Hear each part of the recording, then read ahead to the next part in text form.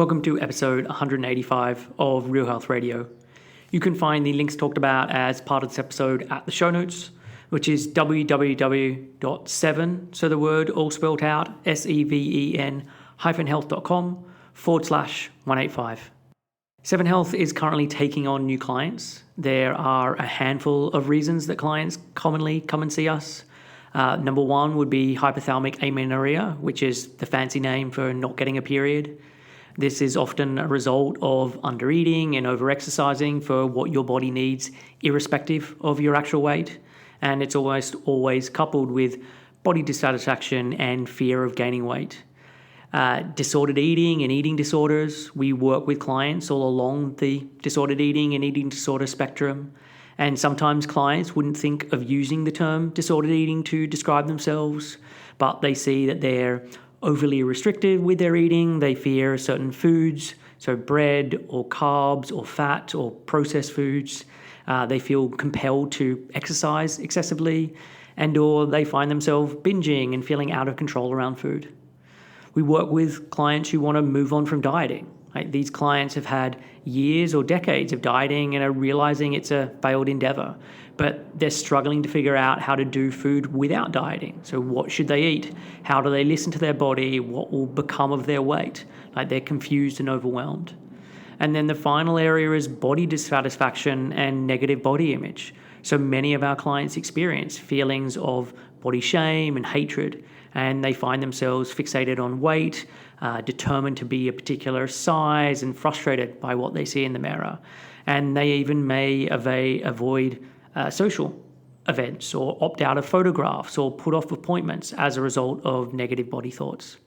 And in all of these areas, we are able to help, and we do so through a mix of understanding physiology and psychology. So understanding how to support the physical body and how it works, but also being compassionate and uncovering the whys behind clients' behavior so we can figure out how to change this. If any of these are areas you want help with, then please get in contact. You can head over to www.7-health.com/help, so HELP, and there you can read about how we work with clients and apply for a free initial chat. So the address again, www.7-health.com/help, and I'll also include that in the show notes. Hey everyone, welcome back to another episode of Real Health Radio. I'm your host, Chris Sandel, and as I record this intro, I am finally back in the UK. I was away for pretty much all of January in Thailand and in Australia, and I'm still adjusting to being back at work and the weather and the time zone.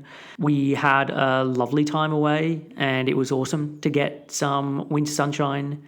It was strange to be out in Australia and see all the intense weather conditions while there were no fires directly in Sydney where we were. The whole of the city was in a constant fog of smoke, and it really is just devastating. And part of the impetus for the trip was my sister's wedding. She was getting married down in Tasmania, and so I'm just so glad that we were able to make it out there, and it was such a fun day, and they were both so happy and had such an incredible time. And it was kind of touch and go whether we would be actually able to make it, as my son Ramsey managed to get chickenpox while we were away, and it meant that we had to change our travel plans. But we were finally given the go-ahead by the doctor and told we were now able to fly a couple of days before the wedding. And so we were able to make it out there. So life is never simple, but it managed to work out in the end. So that's enough of a life update for now. I know I need to do one of those episodes in kind of longer form, but I'll just get on with the actual episode for today. So today on the show, I'm welcoming back Virgie Tovar. So Virgie is the author of You Have the Right to Remain Fat, and in 2018, she was named one of the 50 most influential feminists by Bitch magazine. She holds a master's degree in Sexuality Studies with a focus on the intersection of body, race, size, and gender. And Virgie is the founder of Babecamp, a 4-week online course and annual retreat designed to help people who are ready to break up with diet culture. And she started the hashtag Lose Hate Not Weight. She is a contributor for Forbes, where she covers the plus size market and how to end weight discrimination at work. Her new book, The Sex Love Revolution, Radical Body Positivity for Girls of Color, comes out in May 2020 from New Harbinger Publications. Virgie has been featured as well by the New York Times, Tech Insider, BBC, and Al Jazeera. So Virgie was previously on the podcast for episode 22, which was released over 4 years ago. I have subsequently read her book, You Have the Right to Remain Fat, and really enjoyed it. It's not a long book, more of a short manifesto, but she brings up many great points, and I thought it would make for a really good conversation. And also just a lot has changed in the fat acceptance movement and that space in the last 4 years, and I wanted to get Virgie's take on this. So as part of this conversation, we chat about plus size fashion, changes in the book publishing landscape, and how fat acceptance is making its way into the media. We talk about fat phobia and beauty ideals. We go through the Strong for Life marketing campaign and why it was so problematic. And we talk about sexism and the Me Too movement. And I love hearing Virgie talk. And so a lot of this conversation is me just giving her jumping off points and then getting to listen to her wisdom. So with this intro out of the way, let's get on with the show. Here is my conversation with Virgie Tovar. Hey, Virgie, I'm really excited to have you back on the show. Welcome. Thank you. So this is your second appearance on the show. Your first appearance was back in December 2015, so nearly 4 years ago. So give us a little bit of an update. What has been happening in your life for the last 4 years? Oh my goodness, so much. I couldn't believe it had been 4 years. I wrote a new book called You Have the Right to Remain Fat. That felt like a really big thing that happened in the last 4 years. I've just been kind of continuing to dedicate my life to understanding diet culture and fat phobia and trying to help people equip them with tools and understanding of what we're dealing with. And I think that I've gone deeper down the rabbit hole in terms of the implications of it, what it means for individuals, what it means for us as a society. And I've launched a few things. Last summer, I just did this thing called Camp Thunder Thighs, where I took a group of people out into kind of sort of the pseudo wilderness of California, and did a lot of amazing work on all the stuff that I care about, like helping people learn what fat phobia is, helping them heal from it, and just having a lot of fun and jiggling on the beach and stuff like that. So I don't know. Yeah, just keep chugging along and feeling really excited about it. No, so Camp Thunder Thighs, I think when you came on the first time, you'd done Babecamp maybe a couple of times, and I can't remember if at that stage it was just online or if you'd already started to do the bits where you were taking people away. Yeah, I'm still doing Babecamp online, this Camp Thunder Thighs was the third sort of retreat that I've done. I did one in Jamaica, I did one in San Francisco, and then I did the most recent one was in Sausalito, in the Marin Headlands, and it was amazing. And other stuff, I was offered this opportunity to be a contributor for Forbes Women, and I've been writing about the plus size market and plus size consumers and what's going on in that space from sort of a business perspective, which has been really interesting. And I don't know, I've had a lot of opportunities in the last 4 years to really see things transform a lot in my world, as a fat woman who's really interested in everything related to being related to that identity. It's been incredible watching the proliferation of business, the proliferation of things like watching Lizzo, become like this superstar, right? And I think there's been a lot of fat news, if you will, since I spoke to you last, and I think that trend is only going to continue. And how many of the brands or the people in this space do you feel like are getting it right and are there because they genuinely believe in that? And how many people does it feel like it's just cynical trying to make a buck?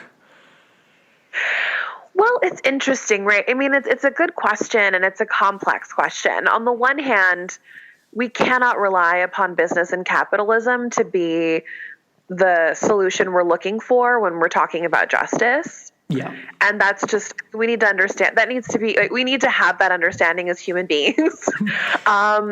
Because I think what ends up happening is we're trained culturally as individuals to look to capitalism for all solutions, whether they have to do with a consumer problem or a very large social problem.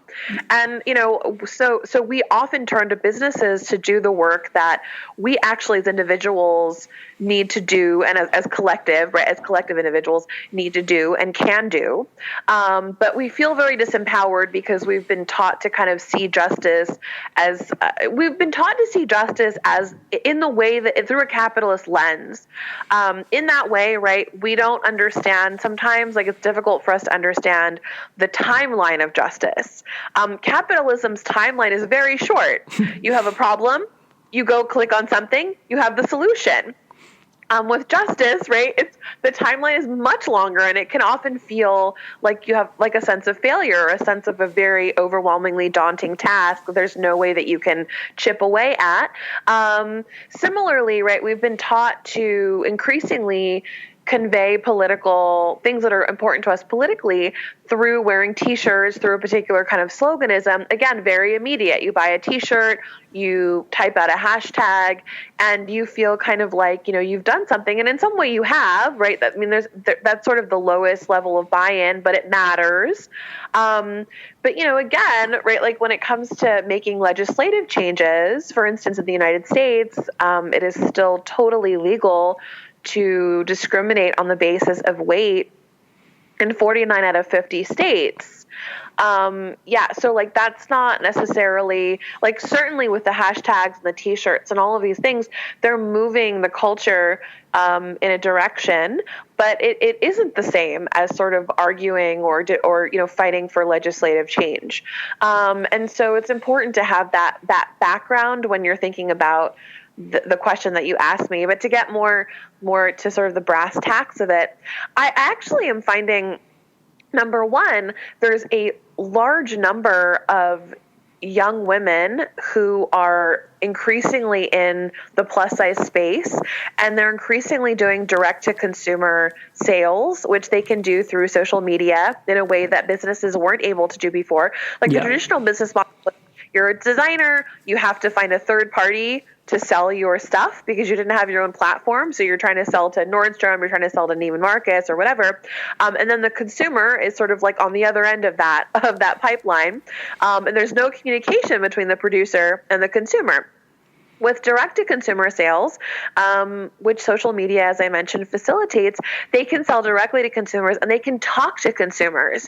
So they can ask the people who are buying their product, what is wrong with this product?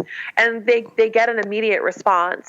So I do think, number one, that model of sort of as the third-party distribution model is going out of vogue and direct-to-consumer boutique, like smaller companies are becoming more of a norm, I think there's tremendous potential for even just like on a basic solutions level for people to be able to solve consumer problems. And then what I'm also noticing from a vision value standpoint is that a lot of people who are young, like these young women, are sort of saying essentially, it is not a value proposition to offer extended sizing. It must be a de facto thing that's part of every business model.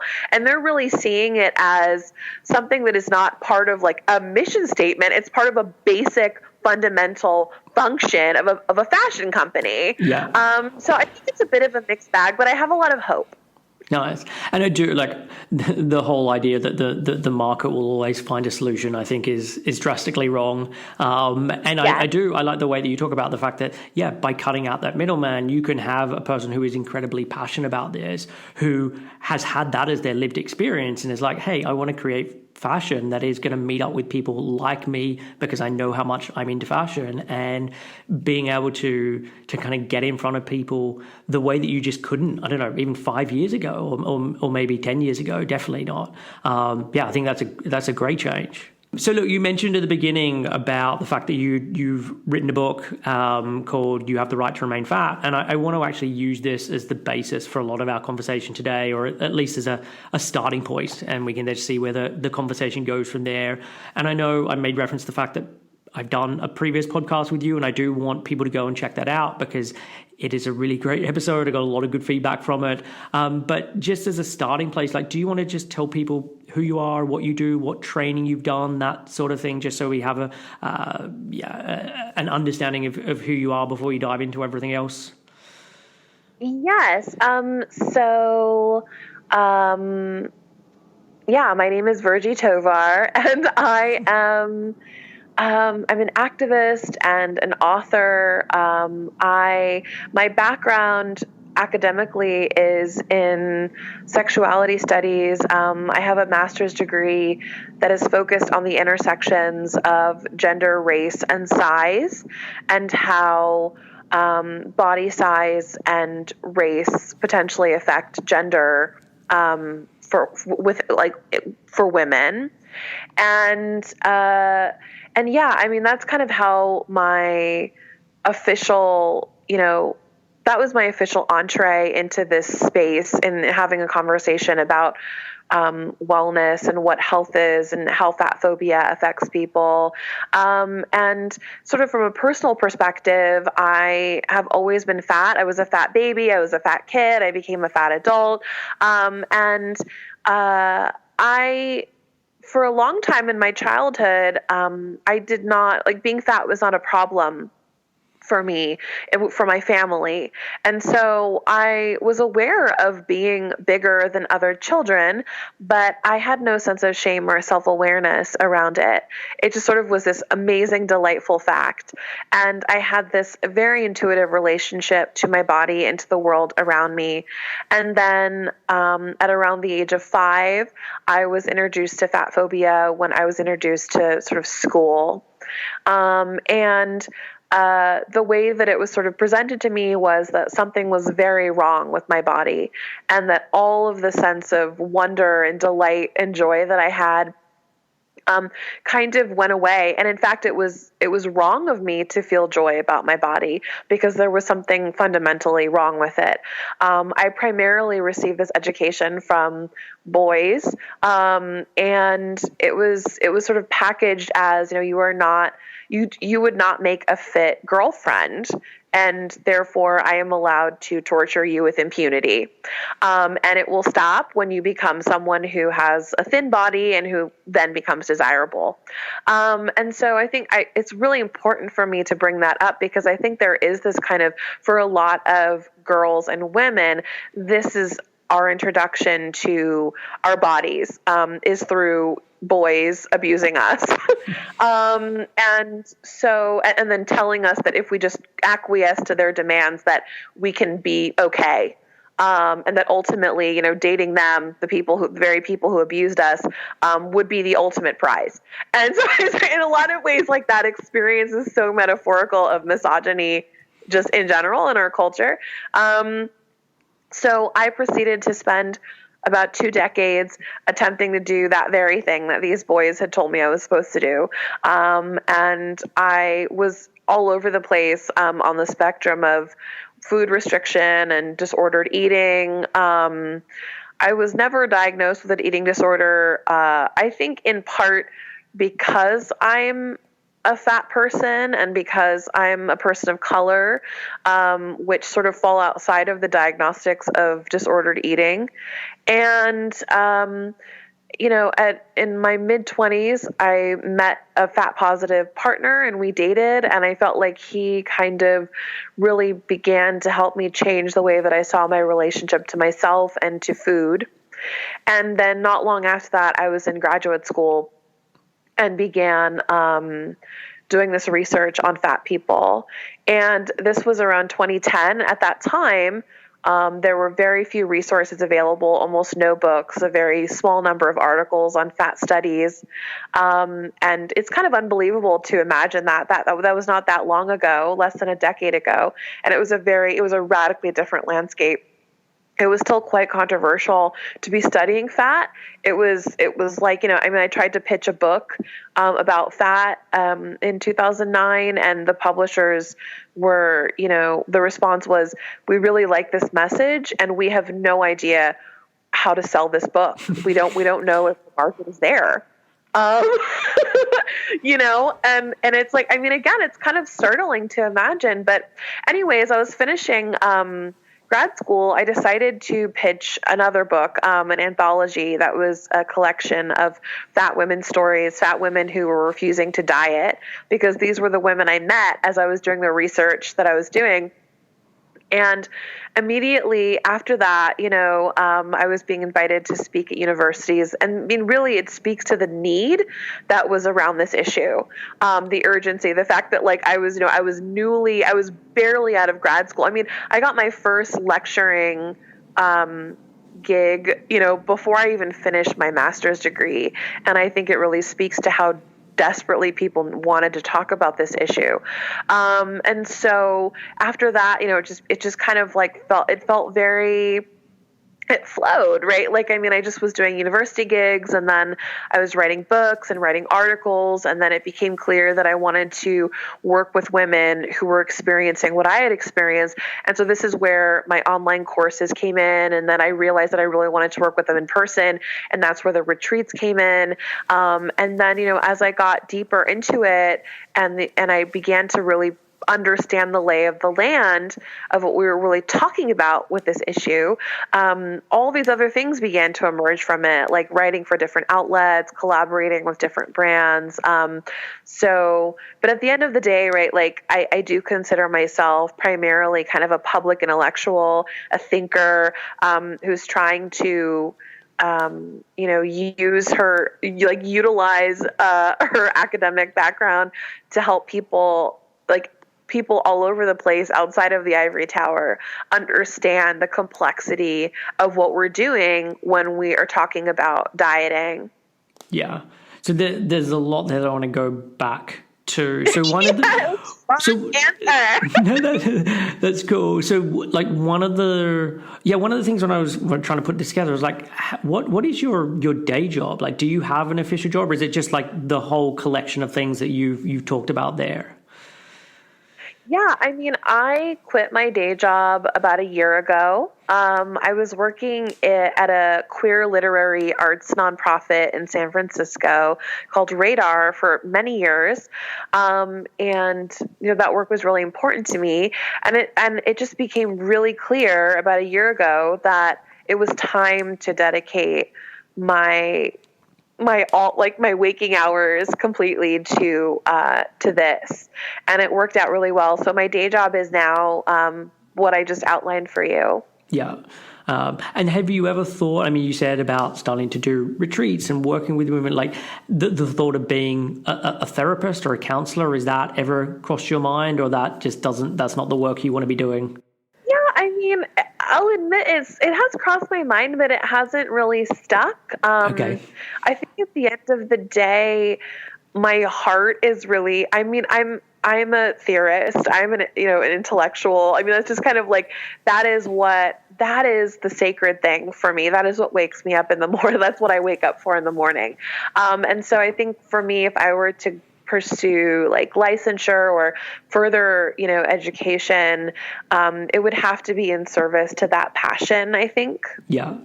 Okay. Well, the other part of it, working in public health or doing the policy side of things, is that something you want to do, or that just is red tape and headache, and you just don't think people are going to be on board with your message?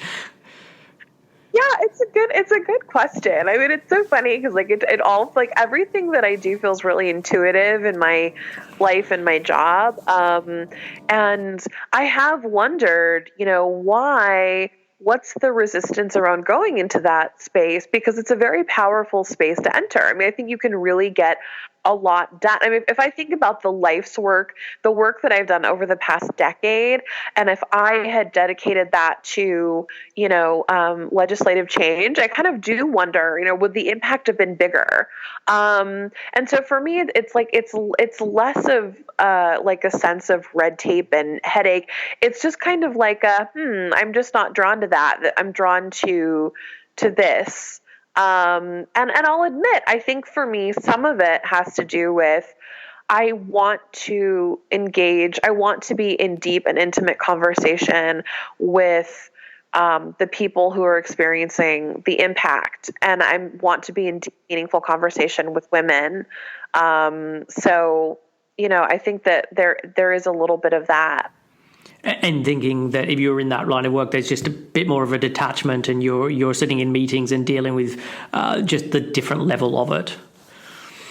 Yeah, I mean, I think perhaps like it's my experience in academia was that I experienced academia as a very hostile place, and I think any place when you're talking about places that are sort of bastions of structural power, like the academy, like the legislature, right? Like you are looking at largely people and sort of rules and whatnot that are not friendly to change. I think there is this idea, to go back to academia, I think there's this idea that academia is this place that's like a breeding ground for free thought, and that is just not the case. That is simply not the case, right? Like if you're a superstar and you sort of have proved your chops and you're someone who is already famous, and then academia, sort of pulls you in and brings you in, like, that's one thing. Like I think about, these incredible people who we identify as academics. Like I think of like Angela Davis, for instance. She was a superstar before academia. I mean, I don't know, that's not fair to say. I mean, she was classically trained, but I think of someone like her, right, who I think, absolutely is a leader in thought. And I think that she is someone who, without the incredible fame that she has, would not have been embraced by academia. I think she's someone who would have had like as an archetype. And so I think in general, right, I think of these spaces as places where I have to play a certain political game that I am not very good at, number one, and that feels like it deeply, deeply eats away at my dignity and my sanity, frankly. I'm really impressed by people who can kind of disassociate and say, okay, this is the outcome I want, and I will do whatever I have to do to play that game to get the outcome. I'm not that way. I'm like a high authenticity, high expression person. And so it's like not a good fit. Right. And you mentioned about like just as you're finishing up your master's, you're already being asked to talk, and so I'm just wondering how has the receptions to your talk changed from in the early days to where we are now? Because obviously you said the landscape has changed a lot around where we are in terms of books and publishing and people's thoughts around like fat activism or the fat acceptance movement, etc. So yeah, have you noticed a shift in terms of the kinds of people or the kinds of questions or anything about the talks that you're giving and the crowd's response? Interestingly, I haven't found that much of a difference. And I think some of it has to do with the fact that most of the times when I'm doing a talk, they are elective talks. People can come or not. And the people who are interested in coming to my talks, 5 years ago are not that different from the people who are interested in electing to come to my talks now. I think that in general, right, these are people who are deeply interested in justice. They're deeply interested in sort of cultural criticism and change. So I would say, and again, a lot of them are women, they're queer people, and people of color, and sort of like for me, these are the people who are the early adopters of anything, right? And so that doesn't surprise me. I think the thing that has shifted a lot, that's kind of been really interesting is the amount of sort of like corporate interest that has emerged. And I mean, some of it is quite meaningful. Like, I think it's like, people who are actually really interested in changing the corporate environment around this, like literally getting asked by major tech companies to come and speak about fat phobia. That's pretty incredible to me. And I think that shift feels much more pronounced than the folks who are sort of coming to my talks. And what's the reception then in those environments? Because obviously that's not people who are self-selecting. That's people who are kind of having that, in a sense, foisted upon them because they work for a specific company. So do you get much pushback, or is there different questions because of that? Well, I mean, to be fair, a lot of, even within that space, they're not necessarily diversity training, but like, for instance, like one company approached me and they have a fat positive employee interest group. Wow. In the company. So the company allots them space to have these employee interest groups of all different kinds. And there's like a fat one. And so, I mean, it's like that kind of just, that's so extraordinary and wonderful. That makes me smile and makes me so happy. But yeah, so, I mean, there's still kind of this elective component to it. I will say the differences are, in general, like corporate environments are more conservative. And so, the questions are often focused, they're more tactical, like in terms of how, like they might not necessarily want to get deep into the weeds around the theory, though many people are interested in that. But they're interested in sort of like, how do we make this workplace a less hostile environment for fat people? Or, how do we deal with conversations around food when we're having a meeting and we can't elect out of these like nonstop food surveillance conversations. So, I think like in that way, more tactical, and they might not necessarily be the spaces where we're going to go into the deep historical intersections of diet culture and colonialism, though I'm obviously happy to go there, but, And you said like trying to get a book published in 2009 obviously didn't happen, and then things started to change. So when does it feel like there was a shift in this being more that people were wanting to read about, or at least publishers were wanting to publish things about? Did you notice, like, was there some point where you're like, okay, things really feel like it's changed now? Yeah, I mean, we're in the middle of the ramp up to that right now. So, I mean, for me, I remember pitching the anthology, which is called Hot and Heavy. I pitched that anthology, and I sort of sensed in my body that this issue was about to explode. And not long after that, and around that time, you really began to see fat show up in the news as a consistent news item. And you began to see, and for me, it was like you started with the ripple of like social media, things going viral, there being viral fat news covered in major media outlets in the United States. That's like Good Morning America, for instance. Then came sort of like magazines, like mainstream tabloid type magazines were covering fat shaming. They were covering fat phobia. They were talking about it on the covers of magazines. And then you see the publishing shift. Publishers start to get really interested in it. And this is sort of, and for me also, this was, I think, concomitant with the beginning of the rise in plus size fashion availability. So yeah, I mean, right now, I really do. I mean, I've been watching. I've had my eye on, I'm in the publishing world. So like I'm an author, so I'm looking at books just from personal interest. Yeah. I've noticed this incredible uptick in not only titles being acquired that are explicitly about being fat, but a huge uptick in books that are being acquired that have to do with food, that have food in the title, that have body in the title, or references to those things, which I see as part of a ripple effect of this. Definitely. I mean, if I'm thinking more at the food end of the spectrum, it feels like this year and probably last year as well, just the amount of intuitive eating-esque books that have come out by younger authors has just been huge. And not where people are self-publishing, but where they're actually getting publishing deals.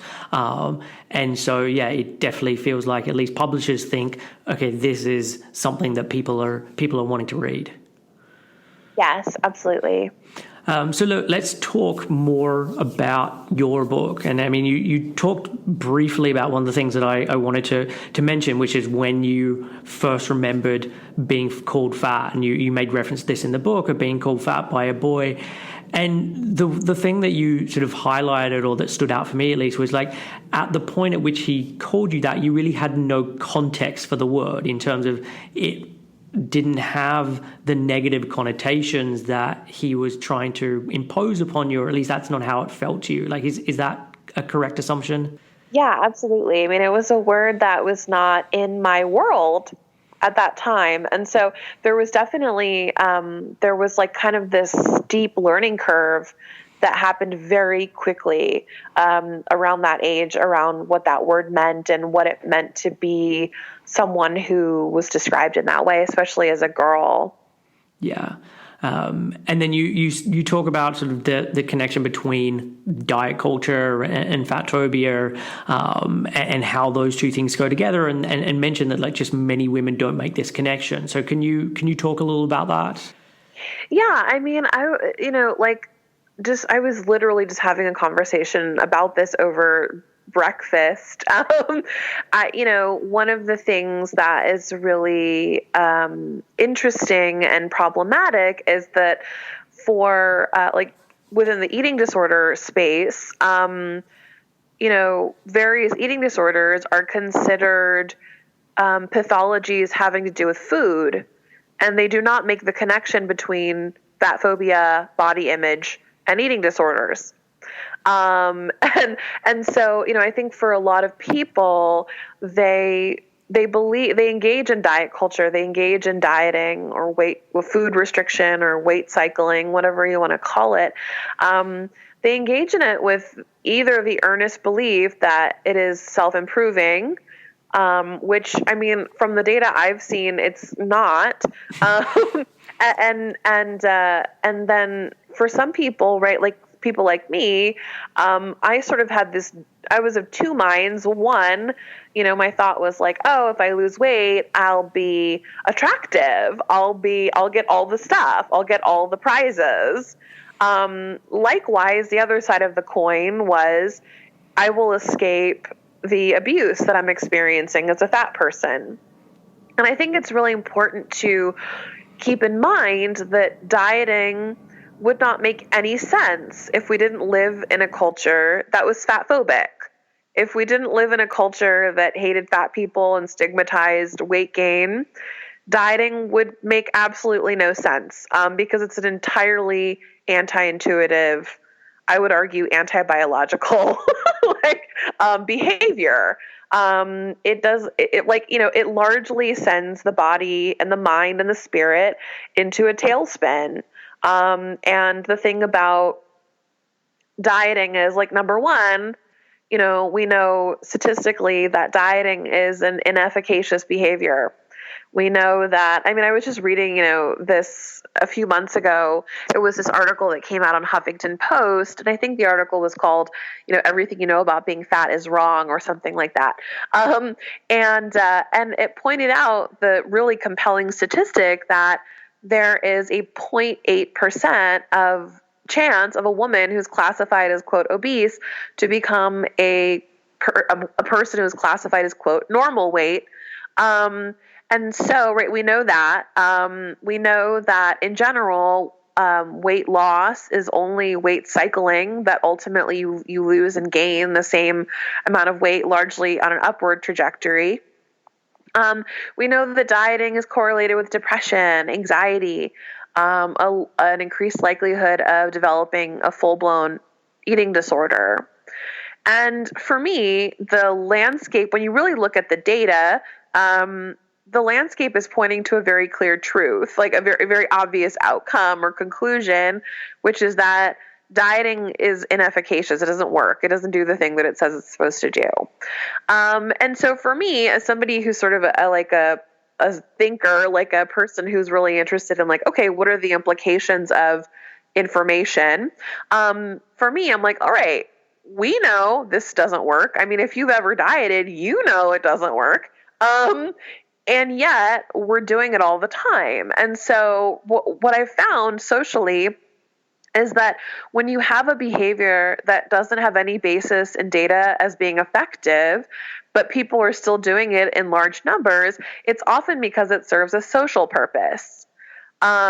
So in this culture, dieting serves many social purposes. Number one, it normalizes the idea that every single person should try to look the same. So this idea of conformity. It normalizes the sort of the white male body, which is still considered sort of the ideal and has long been considered the ideal, like the white, young, able-bodied, wealthy body, right? Like has long been considered the ideal of health in our culture, and obviously beauty and success and all that stuff too. I think for women, it serves the social purpose of keeping us in our place. Certainly, like I point out in You Have the Right to Remain Fat, that many people believe that thinness is what is being eroticized and romanticized, but in actuality, what's being eroticized is women's willingness to be submissive to social expectations. And that is what is actually being rewarded. Not the thinness itself, but what it represents. And I kind of feel like I can say that with a good amount of confidence because there are other cultures in which women are expected to be very fat. And that is considered the height of, marriageability and beauty. And the men in those cultures are, very physically attracted to larger bodies. And ultimately, right, like thinness or fatness in either of these cultures largely serve the same purpose, which is that women are expected to go to extraordinary lengths to achieve an arbitrary beauty standard in order to be considered, worthy of marriage, which to me indicates, we're really talking about an issue of control here. So I don't know. I think like that's kind of my initial thoughts on the question. Yeah, definitely. And it highlights something that I wanted to chat with you about as well, because you talk about the difference that you've noticed between sort of queer spaces versus more heterosexual spaces in terms of how women think about weight. And also, I mean, you talked about this in terms of the difference between sort of the liberation movement and then more of the watered down body positivity movement and just the difference that you notice between those two. Can you talk a little about that? Because I think it does definitely connect into what you were just talking about there. Yeah, I mean, so to position myself, like I'm a straight person. I have long been really drawn to queer spaces and queer thought, and that's always felt like home. I think a lot of it has to do with the fact that I'm fat, and I'm also, a person of color. And I think like there's kind of these are demarcations of outsiderness. And I think for certainly like queer culture, it is that, is that kind of outsider space. And so for me, I felt very drawn to what in queer spaces are just core ideological tenets. Like, for instance, the idea of anti-assimilation, the idea that I do not want to be accepted into a culture that is deeply committed to so many problematic things. I mean, certainly in the United States, right, when I'm like, I want to be accepted by my culture, I'm talking about a culture that imprisons a huge percentage of its population. I'm talking about a culture that has the death penalty. I'm talking about a culture that doesn't feel like, that it needs to pay for people's medical care. I'm talking about a culture where, not everyone has access to clean water or housing. And for me, and I think, I learned this from queer community in a lot of ways. What does it mean to ask for acceptance or assimilation from a culture that is so deeply entrenched in like this horrible violence that's ongoing? And so, it gave me the space to really begin to understand this concept of liberation, the idea that, I can have a self-directed life that is not on the culture's terms, that might not even be visible or legible to the culture.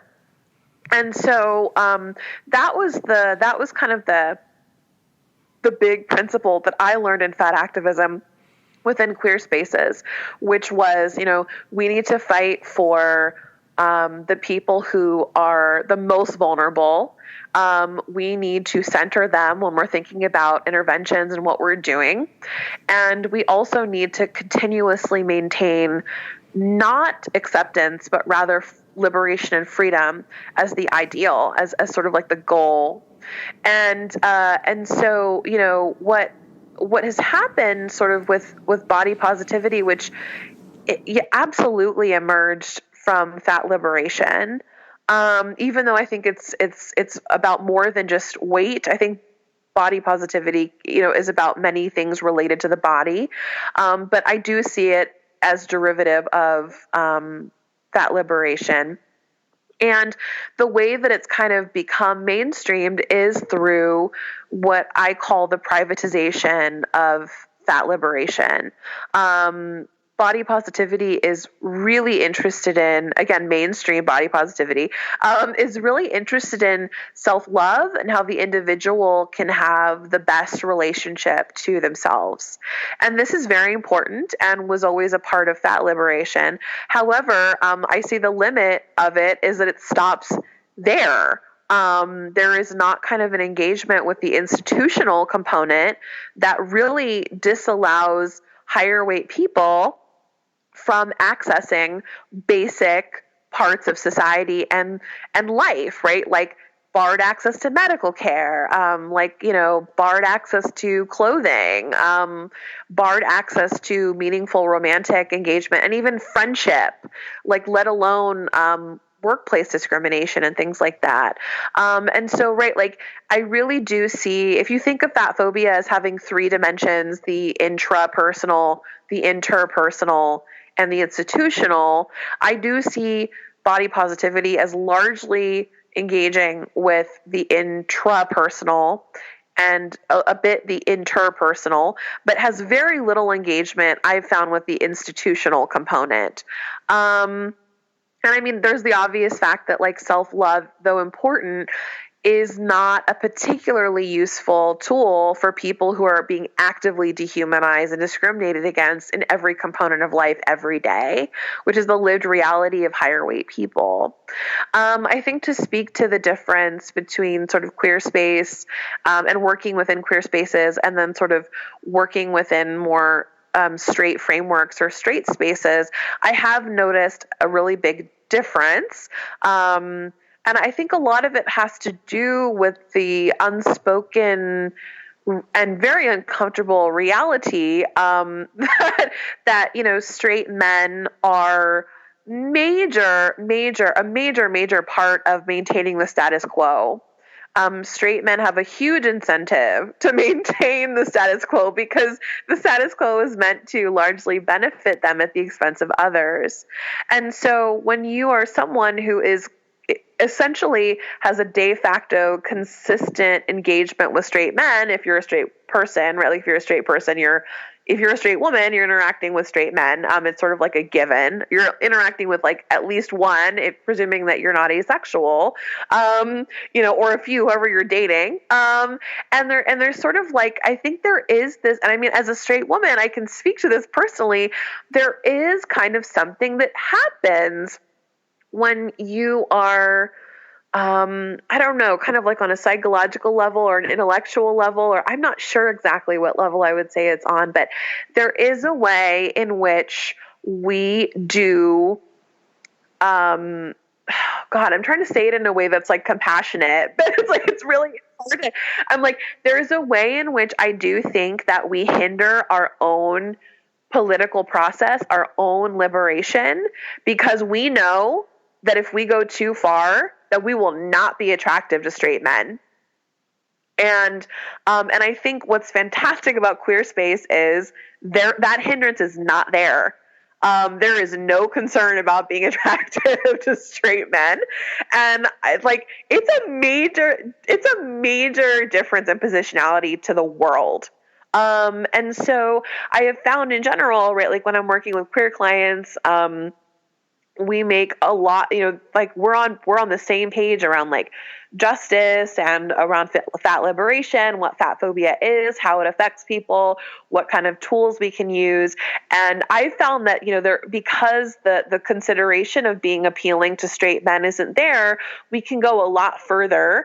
In addition to that, right, like when you think about the construction of desirability, desirability within queer space is enormous and beautifully massive, right? Like it is so expansive.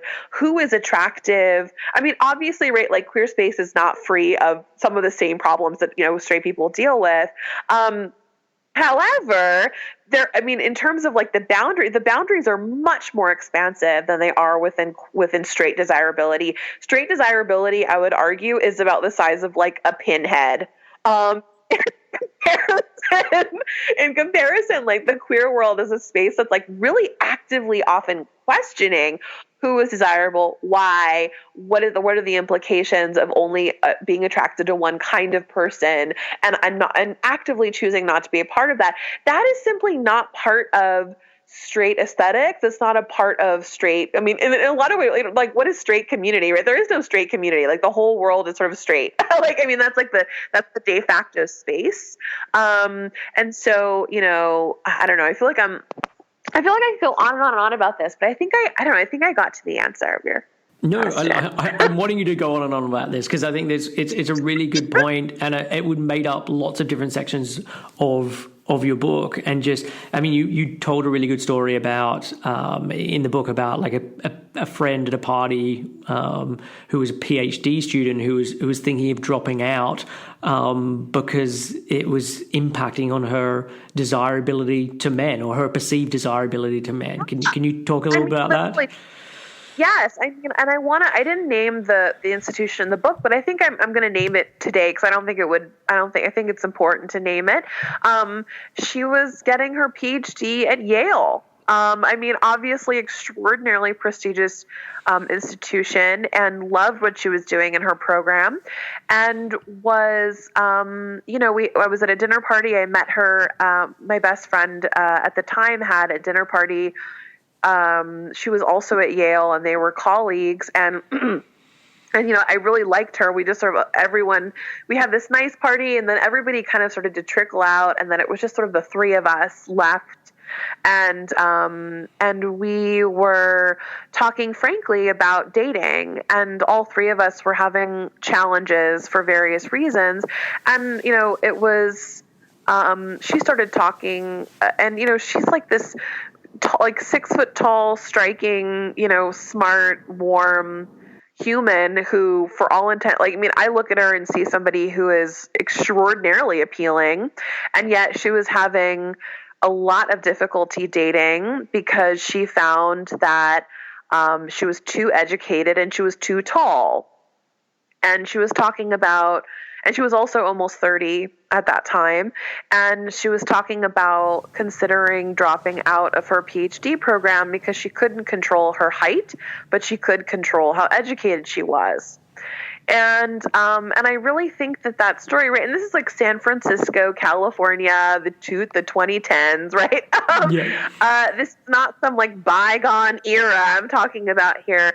And for me, when she said that, it was very hard to hear, but it was also not surprising to me, because I felt like I had dealt with some version of that my whole life.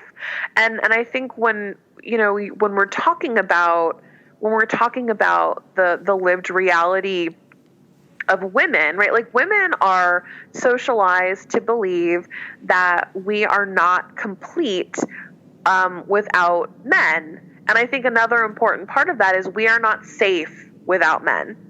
And men teach us that. So, I mean, it's important to remember, right, like that a lot of those beliefs, the beliefs that we have as women about our inferiority are a product of sexist trauma. They're a product of like us having been taught that we are a different kind of person and that we are an inferior kind of person. I think a perfect example of this would be, the idea that certainly still pervades in the U.S., which is that like to be bested or to be beat by a girl if you're a man is humiliating, whether it's physical or intellectual. This speaks to really, really strong core ideological problems. And it's important to recognize, right, like to return to diet culture, women engage in dieting behavior for a number of methods, number one, again, this kind of, like a lot of, oh God, I'm having a bunch of thoughts all at once. So a lot of us have I guess like a decoy thought. And oftentimes there's like a really sinister truth that's underneath it that we sometimes can't access because we haven't been taught to access it. So one decoy thought would be, I just want to be thinner so that I can date more easily. Right. And that's just like a really simple idea. When you think about the sort of like when you go to the root system of that, you begin to see really disgusting, terrible, horrible truths about like what that simple behavior, that simple thought really has at its core. The idea that, right, like you have to undertake massive amounts of effort and spend a bunch of resources, hours, time, emotional bandwidth, literal hours at the gym or hours, figuring out what you can and cannot eat, that is considered a totally appropriate amount of labor in order to be able to access a romantic dating pool. That's really shitty. And we shouldn't accept those terms. Another kind of maybe decoy thought would be, this whole idea that I was presenting at this person at the dinner party was experiencing, where it's like, well, I should do things, I should sacrifice things that are deeply meaningful for me in order to be able to get married. There's a whole lot in that, but this idea that we don't deserve to do things that are meaningful to us, or that the more meaningful things that we have in our lives, the less marriageable we are. These are deeply problematic thoughts. So anyway, I have like so much I could say about this. I'm going to leave it at that for now. Sure. And I know you talk in the book a lot about inferiority and that kind of internalized inferiority and its connection with sexism. And you mentioned that when you do talks, that many women believe that like sexism was a thing of the past. And I'm just wondering, obviously your book came out, and I'm guessing pre-Me Too movement or like just on the cusp. So I'm just wondering, like, has that changed since then? It's so funny. It's interesting that you bring that up. I wrote this book before Trump was elected, right? And it really, it's so interesting looking back at the book and just realizing, like, oh my God, he became the body of evidence that what I was saying was absolutely right. Like, I think for a long time after second wave feminism, you began to hear from the average woman that sexism was a thing of the past, that we were post-sexism, that we'd made progress, we had all these laws, we had all these freedoms, and that we no longer needed to keep harping about misogyny. And you really begin to see the construction of the feminist who's kind of a bitch and like who's difficult and who's a stick in the mud and all that stuff. And I think that kind of continued on some level. I remember writing that section of the book about sexism, and yes, sexism is still real. And I remember feeling this like deep compulsion to try and be as clear and precise as possible to really convince the reader that this was real. And then Trump gets elected, and I'm like, yep, they're like this thing that had been living there, kind of perhaps. Some people think it was living under the surface. I don't. I think it was out in plain sight if you knew how to see it. He kind of became, in my opinion, that body of evidence that, like, oh my God, all of these things that we thought were something of like yesteryear are things that are being done by one of the most powerful people on the planet and with impunity. And so, absolutely, like Me Too, and conversations about the realities of how, those conversations happened after the book came out, and I'm so happy that they did. So I don't feel like at this point talking about the fact that sexism is an actual thing feels like such a hard sell, and that's both kind of sad and also really important, because the truth is, right, like, yes, we've made extraordinary, feminists have made extraordinary strides in getting women's rights. And to give some context for people, I can speak about the U.S. context. Women could not even get their own library card until 1974. You think about that in the grand scheme of things, right? Like, for me, my mother was born before 1974. Like, it's just kind of like a lot of us were raised by women who were living in this reality, and it absolutely has an impact on what we think is normal, what we're willing to accept, and our ability to even see things as problematic. So yeah, essentially, it's not. Women are. I think feminists always knew that sexism was a major problem and that was very alive and well in our culture. And I think for people who were, I think there are fewer people who believe that we are post-sexism at this point. Yeah, it was, when I was kind of reviewing the book as part of putting the questions together, it was just funny reading that section where I know, it's funny to me. Like, you were so specific in your language and all of that, and now I'm like, you just don't need to do that. Like, it is so in plain sight as you talk about. Yeah, absolutely. And I think, in such that, like, I think that Me Too really got to the reality that women were still being exploited and harassed and abused. I do think that there's a lot of things that are still not questioned, even in the midst of this really important cultural moment.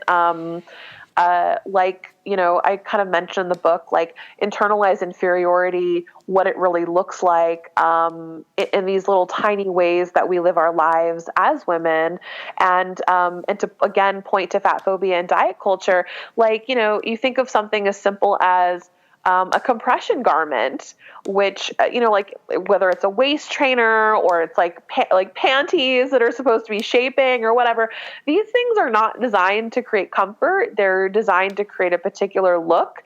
And the fact that we're kind of willing to wear these things that make us actively uncomfortable intentionally day after day, and without much questioning, is a real indication of our willingness. Like, that's a really meaningful thing, right? Like, what does it say that you are totally fine with being a little bit uncomfortable all the time in order to create a particular look, or in order to, prevent your body from jiggling because it might be upsetting to other people or something like that. I do encourage people to really excavate the little things that are part of their lives that cause them discomfort all the time. For women, that's a very long list. And really think about that. What does it mean that we're willing to accept these terms, Yeah. And I know, like, a lot of the focus of the book is around, like, you have the right to remain fat. But as you talk about, like, all women are subjugated, like, thin women get dehumanized just as fat women do, but it just looks different. Yeah, absolutely. Yeah. And I think that's kind of like, it really is that. What I've found more and more as I've done this work is that it's always important to see everything as a two-sided coin, to always see the shadow side and to always kind of look for the bright side. For things that are hard, always look for like, what is the value for the person who's experiencing it, because it's not just pure terrible. And then likewise for people who are benefiting from any number of privileges, it's important to interrogate the shadow side. At what cost is this occurring? At what cost are you having this? And so when it comes to this issue, I think there is this idea that thin women get away sort of scot-free when it comes to diet culture. And that just simply isn't the case. Like, certainly diet culture, the negative impact of diet culture occurs on a spectrum. Certainly the same with fat phobia. The higher weight you are, the more you are experiencing the acute impact of fat phobia. So I don't want to take away from that. But this concept that thin women don't have any skin in the game is false. And I kind of use the example of like the private public binary in the book. So certainly statistically there's evidence that fat women have sex at the same frequency, have the same number of partners on average as their thin counterparts. They just tend to have fewer relationships. So what we're really talking about here is not a matter of desire or desirability. It's a matter of what bodies are we supposed to be seen publicly with, and which bodies are we not supposed to be seen publicly with. And I think, when you're going back to the sort of the straight context of men-women interactions, men certainly have been taught to see marriage and romantic partnership as something that is a social status thing. So, essentially there's a high incentive to be in romantic proximity to people who are impressive to your fellow men, your men friends and your man, coworkers and whatnot. And this, of course, is a product of like misogyny, right? And then, the opposite side, which is like a lot of times, I know from personal experience, having been someone who has, engaged a lot with these kinds of like status seeking men, they're often, right, like privately, they're having sex with fat people, they're having sex with trans people, right? Like they're having sex with gay men. Again, like for me, it sort of, and this is like, right, this is one of those things that kind of is, I would say like historically, something that we've seen throughout certainly like the last 50 years in our culture, but like way beyond that. Anyway, so I kind of talk about the ways in which, like thin women are dehumanized through the process of treating them like trophies, like objects that are meant to largely sate the ego of the kind of men who are insisting upon that standard. And then likewise, right, on the opposite end, fat women get dehumanized because we are pushed into these private interactions. But I would argue, right, like, dehumanization is happening to both people. It just looks different. And I think that it's important to be really honest about that, because I think certainly, right, like when I think about when women are entering a deep, important relationship like marriage or a long-term relationship, they're bringing trust, they're bringing vulnerability into that interaction, and I don't think that they're being met in kind. I don't know. Again, many thoughts. I'm going to leave it there. Sure. And I wonder how it fits in then now with like the increased expectations on men in terms of how men are now meant to look, and how many more of them are getting into dieting and having to have their body live up to some standard that the vast majority of people aren't going to even get close to. So yeah, how does that fit into your thoughts around this? Yeah, I mean, absolutely. Like, I do think that, I mean, of course, there's evidence that shows that like men have increasing body dissatisfaction, rates of body dissatisfaction. I mean, those statistics pale in comparison to like where women are at.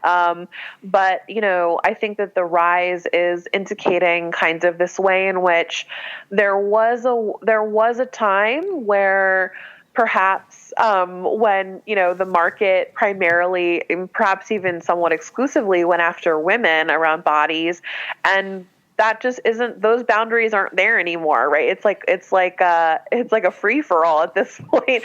So I really do think, right, like men are beginning to, I mean, not even just beginning to, are experiencing body pressure in a way that historically men have not. Men have experienced pressure around ability to perform, financially, or what kind of car they had, or what kind of suit they had, or what kind of cigars they were smoking, or whatever. And women it was largely the domain of the body. And I do see a shift in that for sure. I think what it has always consistently, and I talk about this in the book too, one of the things that's important to consider is that a lot of times when men are experiencing fat phobia, there is a layer of sexism that is part of it, because it's this terror of men being soft or woman-like that is in many ways at the heart of the body pressure that men experience to be like strong and hard and fit and not fat and all that stuff. And kind of when I was doing reviews of like memes and articles that were related to fat men, a lot of them were really preoccupied with things like the development of a larger chest if you're fat, or the concern that fat men have more estrogen than thin men, or the concern that if you become fat, your penis will become less visible. And sort of like these all point to what I would argue this terror of men being woman-like. And so, I mean, absolutely, I think it's important to think about the pressures that men experience around their bodies. And it's also important to remember that a big slice of that pie is about sexism. Yeah. And one of the things you really highlight in the book, and you went through, I think, 3 of the 4 ads. So there was the Strong for Life ad campaign. And Yeah. I know like that had both boys and girls in it as part of that campaign. And it was just horrible on so many levels. Like, do you want to just talk a little bit about it? Was it back in 2012 that occurred? Oh gosh, I don't even remember. That sounds about right. And they were sort of, there were these ads that were in all over, I guess, Georgia. It was the state of Georgia where those ads were happening, like at bus stops and whatnot.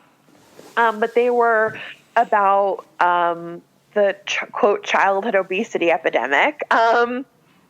And I put quotes around these things because, like, they're deeply offensive, pathologizing language. Like, I don't think it's okay to use that kind of language. Anyway, so they were all images of children, boys and girls of different races, and they had the word. So all the images were black and white, and then emblazoned across their images was, I believe, the word warning. Was it warning, Chris? Is that what it was? I can't remember that part. I can just remember some of the slogans that they had below them.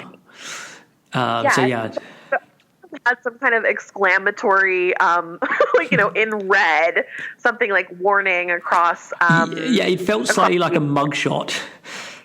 Yeah, like a mugshot. I mean, for sure. It was definitely very arresting. And then underneath, there were various slogans that kind of were supposed to be sort of about the image, right? Like, so one of the images is of a young Black girl who is, like a chubby person, and it says, to you, my fat might be funny, but to me, it's, I need to look this up. Hold on.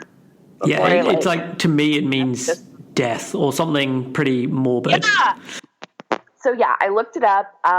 They're all black and white, and then across their bodies, usually across their stomachs, all these children's stomachs, is the word in red in all caps, warning. And then, for instance, things like, my fat may be funny to you, but it's killing me. There is one that says, chubby kids may not outlive their parents. Fat kids become fat adults. Big bones didn't make me this way. Big meals did. And then the one that there's a couple that I really focus on. There's one where there's a little girl. And by the way, they're all grimacing and frowning. Not one of them is smiling. And it's just kind of like this really horrible portrayal of fat children. The two that I focus on, well, there's a few I focus on in the book, but like I'm going to talk about, I think two of them with you, Chris. There's one with a little girl, and she's got her arms crossed over her chest, and her slogan is, warning, it's hard to be a little girl if you're not.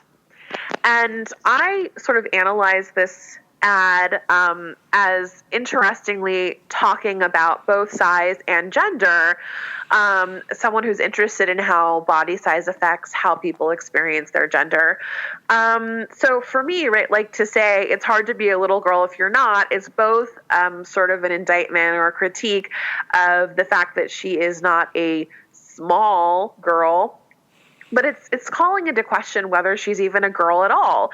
And if you grew up fat, you know this struggle, right? Like as someone who grew up, like I grew up fat, and I always was not sure that I was actually really a girl because I never was treated the way that I saw my thin counterparts be treated. And I was not treated the way that thin girls on TV and in movies were. I was not treated like a dainty, delicate flower. I was treated quite roughly by boys in particular. And then when I was around my friends who were thinner girls often,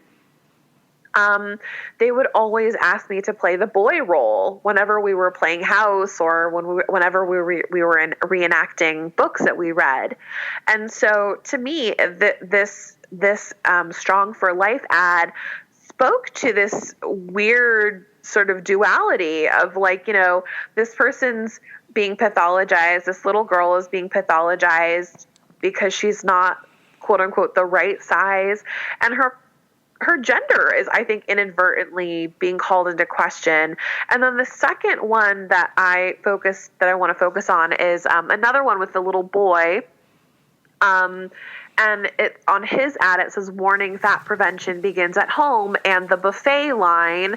And, you know, I mean, for me, this is like, first of all, this is a really clear call to mothers, I would argue, right? Like we know statistically that mothers are still the disproportionate caregivers and are the disproportionate people who are taking care of the meals for their children. At least in the United States, that's a reality. So it kind of becomes like a coded indictment, a coded reference, a coded call to mothers.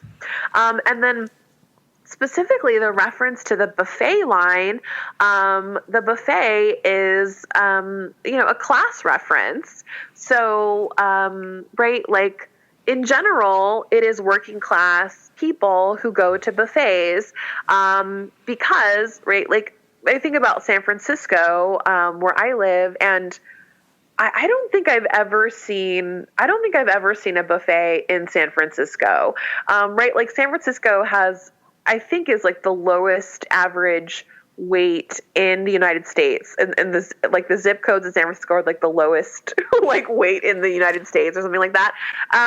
Anyway, right, like because I live in an upper middle class, like affluent city, and one of the values of the upper middle class / affluent is of restraint, and the buffet is the antithesis of the concept of restraint. When you think about it from like a working class perspective, and I grew up working class, I went to buffets all the time. Buffets are genius, right? Like in the sense that they're like the most food that you can get for the lowest dollar, and you can like take food home, right? If you bring some like if you bring a plate or you bring some Tupperware or whatever, which my family did. And so, it makes complete sense logically, a buffet is a fantastic idea. It is only when we overlay it with this hierarchical class understanding of what is acceptable and what behavior is déclassé or not acceptable. It's only then that the buffet is cast in a different light. But specifically to return to this ad, right? It's a reference to the working class people and the idea that working class people do not know how to feed their children. And this is a very old concept. There's always been this belief, there's long been this belief that poor people are less moral and their poverty is, evidence of that, and that if they were trying harder, they wouldn't be where they are, and if they were trying harder, they wouldn't be fat. And there's a lot of really, really horrible, presumptions made about poor people and a lot of surveillance that poor people experience. And I really felt like this ad kind of spoke to that, but without calling it out overtly. The ad didn't say dear working class moms, you are terrible at being a mother. Please stop. The ad was, I think it was very cleverly worded and perhaps even unconsciously worded in a way that kind of specifically called out a class behavior. And so I think that this is what we see this is what I've noticed when we're talking about fatness, especially in medical and health contexts, is that there's often a lot of coded language, but it all goes back to the history of surveilling and pathologizing people of color and poor people and mothers. So I don't know. I feel like this ad campaign really spoke volumes to a lot of the nuance of what we're talking about when we're talking about this issue. Yeah, and it was when I got to that section of the book, I don't live in Georgia. I have no idea how I'd seen the ads, but I was like, I remember seeing them, and I looked them up, and I really did like the commentary that you added to it, and it did. It just felt so classist with all of them, and especially the styling and everything. I know before we jumped on this call, we were having a bit of conversation, and you said you'd written an article or you're delving into the idea of social determinants of health. Is that something you want to speak about in connection to this? Yeah, I want to talk about one other thing and then maybe the social determinants of health. When I was looking at, one of the things that's really wrong and deeply harmful about fat phobia, especially when we're talking about children, is that fat phobia really, what it does is this phenomenon known as adultification. It projects onto a child this belief that they have adult-like qualities. Examples of that would be a more advanced understanding of adult themes, including sexuality or morality or any number of things. It presumes that that a child is incapable of feeling the same amount of pain as as a child should be, right? Let me back up and say that again, because I think I messed that up. It is sort of over assigning this resiliency to a child when it's not appropriate. And as a fat kid, I experience this, and I see this ad campaign as kind of promoting this, this idea, right?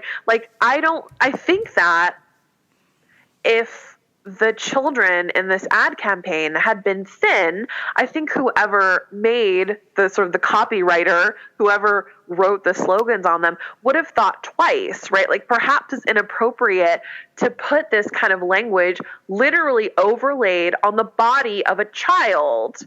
But I do think that because the children in these ads are fat, there's this idea that they don't deserve that kind of consideration, that they are sort of outside of an innocence that we typically assign to children.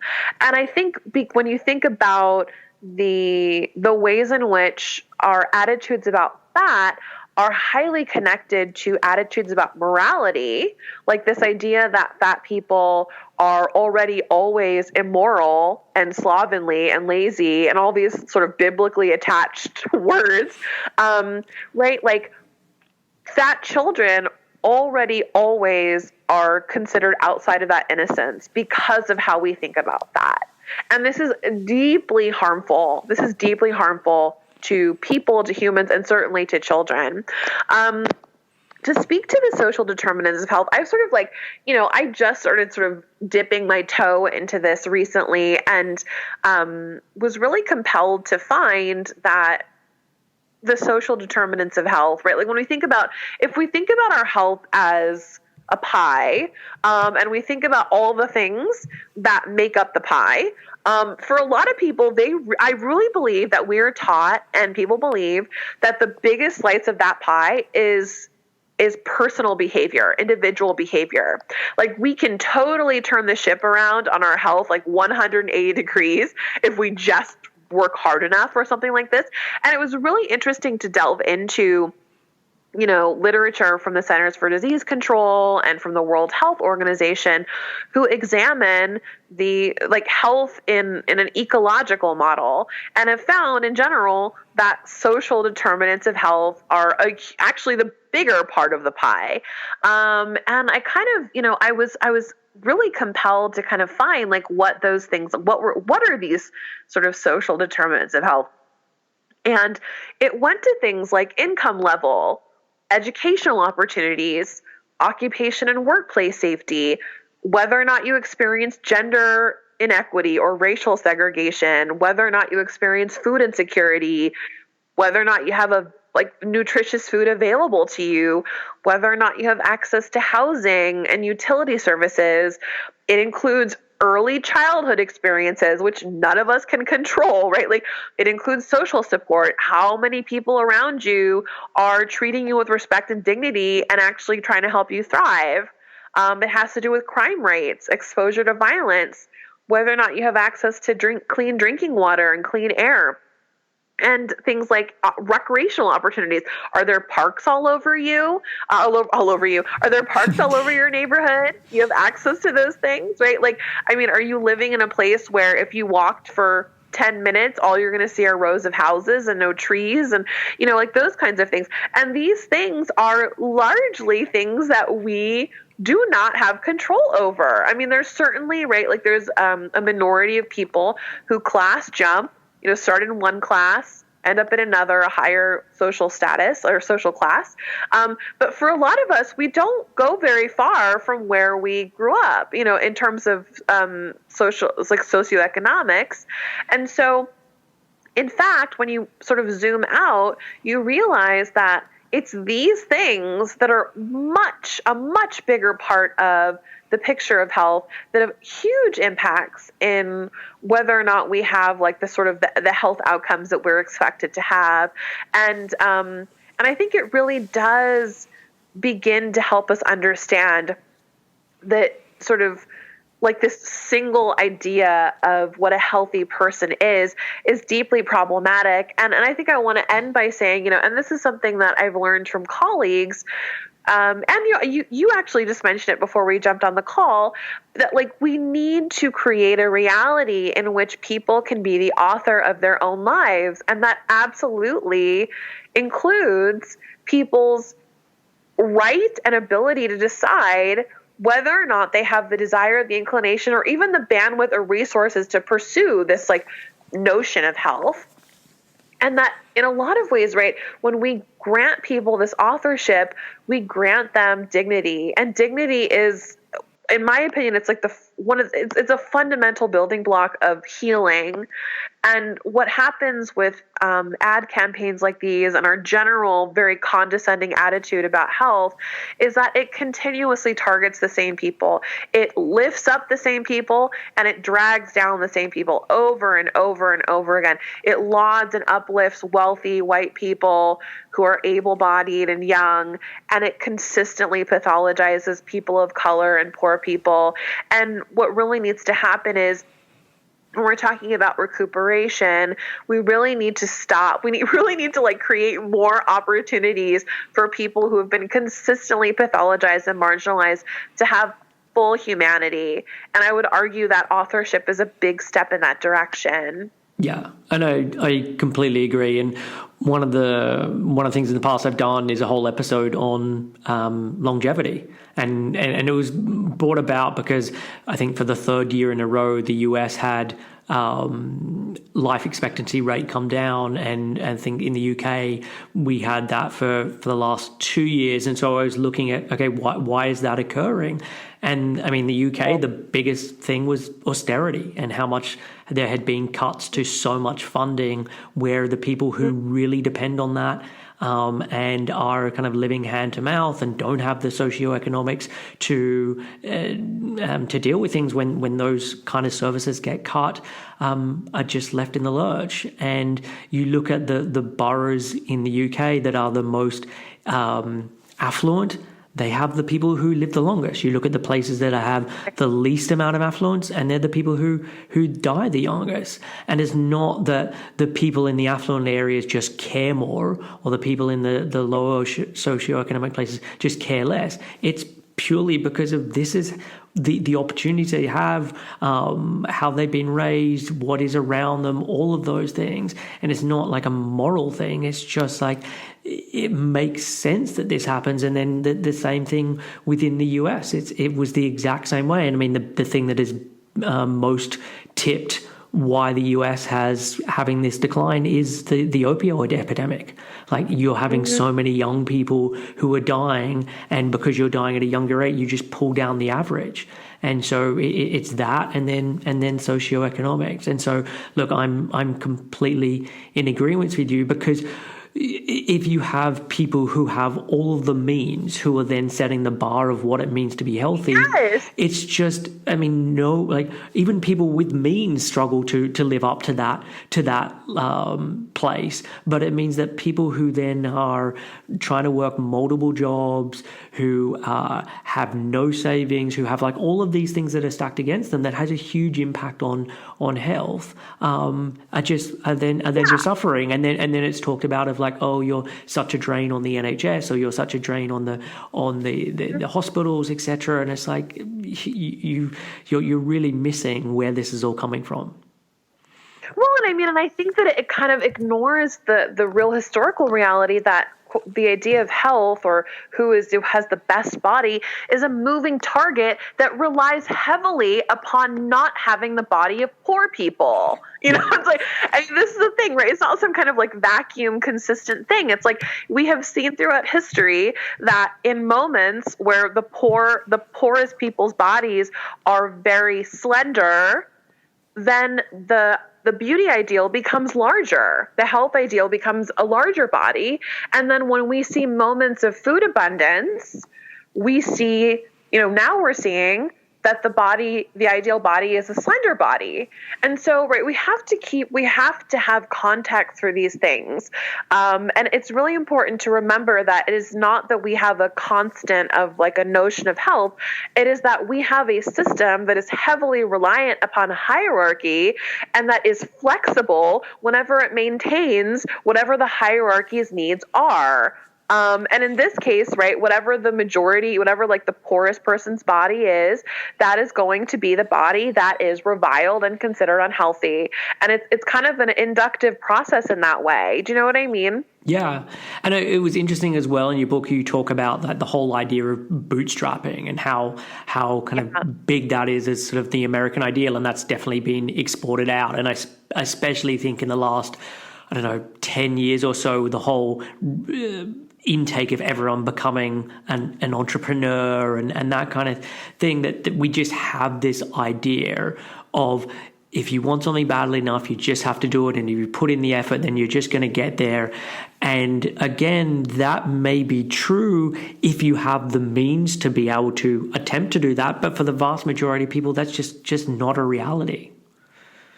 Yeah, absolutely. And I think that the expectation of bootstrapping is, obviously it's deeply dehumanizing. Like, even the people who are quote unquote winning, in the book I use the example of my grandfather who, he was like bootstrapper number one, like this immigrant who kind of his whole story that he was so proud of and understandably, was that he went from being, a person who immigrated from Mexico and was a janitor who couldn't speak English very well to the head chemist at this like major factory. And for him, he held that standard for everybody. And I think, he wasn't able to, I think, really see the impact of the pursuit of that and what it did to him and the way that it created. I mean, first of all, he was, I think he was someone who dealt with depression, and he was certainly someone who dealt with a lot of anger that he took out on the people he loved the most, like my family. And I think, he was a really wonderful human being and a very warm human being, but he was someone who held himself to this really ridiculously high standard, and we all had to kind of pay the price for it. And so I think even for the people who are succeeding, there's a lot of hidden costs, but for, who are hitting that standard, there's hidden costs. I think the other thing about bootstrapping is that we're really taught that it can be the solution to all social problems. And this is deeply problematic, right? Like, we need to be able to look to our leaders as a country, our legislature, our statespeople, whatever, and be able to have some expectation that they are going to take care of us, like that there's reasonable expectation of access to things like clean water and medical care that is good, and these kinds of things. And I really think, right, like, to return to my own example and my family's example, right, like, absolutely for me, dieting and sort of weight cycling and restricting was very much about this idea that I could, on some level, like, end the abuse of others if I could just submit, if I could just conform, and that I should do everything in my power to acquiesce and submit to these quite abusive demands.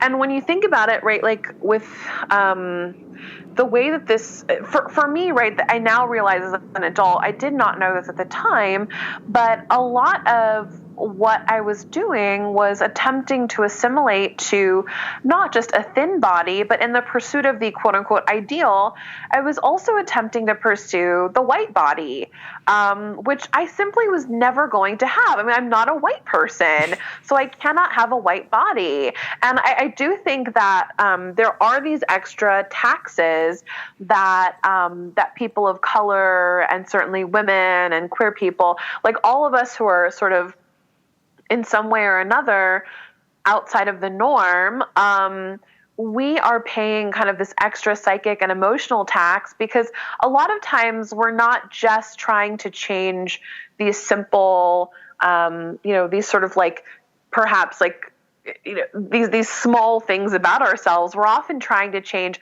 fundamentally like who we are in ways that we simply cannot, and so I really tie that assimilation and bootstrapping drive that's implicit within diet culture, I tie it to the pursuit of like essentially like the I guess like the reiteration of racism and sexism and things like that. Yeah, definitely. And look, I'm just conscious of time.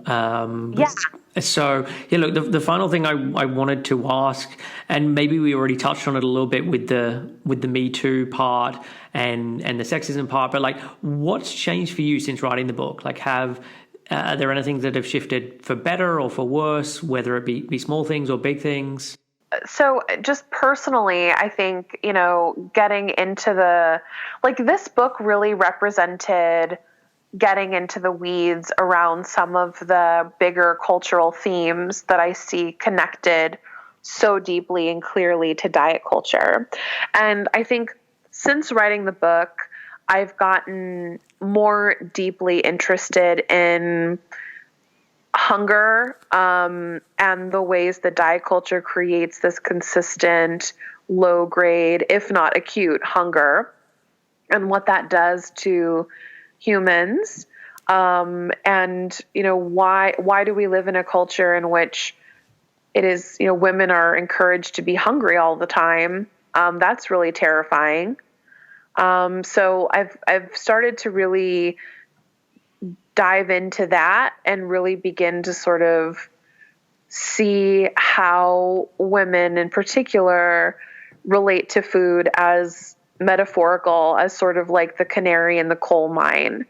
Like what does it mean that I live in a culture where 48 million people are dieting every year, and probably even more because many people who are on diets don't identify what they're doing as dieting. I think certainly since the book has been written, there's definitely been an even bigger schism between fat liberation and mainstream body positivity. I mean, certainly the like one of the consistent things that really has troubled me and that I've seen only get more visibility and more traction is this constant question of whether or not body positivity and weight loss are compatible. And, I think that it's really frustrating to me to kind of see that this is still a point of conversation, that it's still getting, consideration. For me, it's like the answer is they're absolutely not compatible. I mean, essentially any movement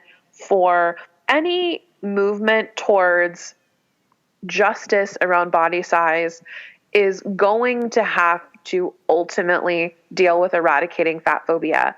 And as I mentioned earlier, dieting is a behavior that does not make sense without fat phobia. So, of course, a behavior that not only, literally dieting both is a product of fat phobia and it reinscribes fat phobia. So if we want a movement to end discrimination against fat people, we're going to have to stop pretending that that isn't the truth. I think, right, so as the conversation has gotten more mainstream, I suppose it makes sense that people who perhaps have never thought really that critically about this conversation are now entering this. And I think what is, it's a bit of there's again, the sort of the two sides of the coin. On the one hand, body positivity, and this conversation around weight and fat activism, all those things have gotten a lot more traction, which is really positive overall, I would argue. The problem is that as something gains traction, and it becomes more and more popular, there are social incentives for people to be aligned with it. And sometimes, right, if all the cool kids are body positive and you're maybe not quite ready to be on the same page, but you still want to be in the cool kid crowd, you might find yourself arguing for, instead of sort of doing the internal work of kind of interrogating, where are the areas that I'm still working through internalized depression, internalized fat phobia, or any number of things. The impulse might be, well, I want access to this thing and I should not be pushed out of this thing. And I am going to argue my case again and again and again, no matter what anybody says, in an attempt to sort of earn or push membership, push my way into membership. And so I think this is all, there's a lot of complexity in this, but I do see, again, people who were maybe not part of this conversation 10 years ago when the conversation was, we were all on the same page. 10 years ago, fat activists were pretty much all on the same page. But again, as sort of market forces come in and they kind of create this cool factor around this issue and being in alignment with it, it does create a social reality where a whole population of people who otherwise may not be on board with the actual sort of political tenets of a thing, kind of want to be on the right side of history without maybe doing some of the intellectual work that needs to be done. So I see that as a major change. And I think, for me, in terms of this book really did launch, as I was mentioning, an interest in food and hunger. And I am about to launch a podcast in February called Rebel Eaters Club. And it's really about our relationship to food, and really engaging with the high order social, historical things that are happening when we talk about interacting with our plate, with what we're eating. And I want to give like one quick story because I think it's so powerful, to speak to that metaphorical nature of food, and how when we're talking about diet culture, we're talking about everything. We're talking about the history of our country. We're talking about all the little tiny, tiny things that have become, socially normative and then maintain structures of power and all that stuff. That all is happening every time we eat.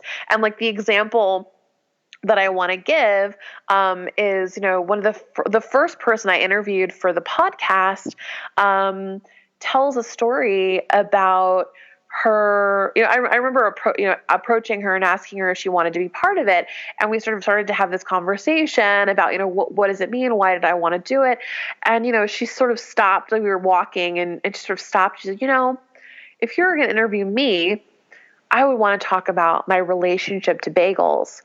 And I was like, okay, tell me more. And so she ends up telling this incredible story throughout the episode that is, she grew up in a Jewish home in a community where there weren't a lot of Jewish people. And she used to wake up every morning as a little girl, and her first favorite thing to do was to eat bagels. And when she would go to bed at night, she would get so excited that she was going to be able to wake up and have this experience. And then she's introduced to fat phobia, and she begins to kind of have this very, she has this relationship to bagels that's like very hate focused, that's sort of very fear focused, anxiety, or like bagels are like the worst thing that she could have because they're just like bread and all the stuff that's on them and all the stuff. And she kind of has this realization, throughout the interview and throughout, as she's telling her life story, that this hatred of the bagel was connected to her own internalized anti-Semitism, and it was connected to the complicated feelings she had about her mother's body, her mother's fat Jewish body. And then she kind of has this like she sort of turns a corner during her pregnancy around her relationship to bagels, and it kind of becomes the starting point of her own healing to her own Jewishness. And I mean, that story is so, it literally gives me chills telling that story and thinking about it, because I think that is all of our story. Like food is connected to fundamentally who we are as human beings. It is a way that we connect to culture, it is a way that we connect to the earth, it is a way that we connect to each other. And yet we live in the West, we live in an environment in which our relationship to food is largely characterized by terror. And what is that about, And so anyway, the podcast kind of goes into that. And I do see you have the right to remain fat as like the direct sort of predecessor of that interest in that conversation for me. Wow. Look, Virgie, I always love hearing you talk. And so I'm very excited to hear that you've got a podcast coming out. That's great. Thank you. So look, where do you want to be pointing people to find out more about you if they want to be doing that? Social media, website, that kind of thing. Yeah, I'm most active on Instagram at Virgie Tovar, VirgieTovar. And I also have a website, virgietovar.com, and you can sign up for my email list through the website. Perfect. Well, look, I will put that stuff in the show notes. And thank you so much for coming on the show again. I always love having these conversations with you, Virgie. Thank you. Same. So I hope you enjoyed this episode. So much of what Virgie and I covered as part of this are things I work on and talk about with clients. Fears about putting on weight, body image, taking up space in the world, unrealistic beauty ideals, identity, and worries about how someone's being perceived. Like, these are things that so many of my clients struggle with. And if that's the same for you, like, I would love to be able to help. As I mentioned at the top of the show, 7 Health is taking on clients. If you want to find out more about working together and apply for a free initial chat, you can head over to www.7-health.com/help. And so that is it for today's show. I look forward to catching you on a future episode soon. Thanks for listening to Real Health Radio. If you are interested in more details, you can find them at the 7 Health website. That's www.7health.com.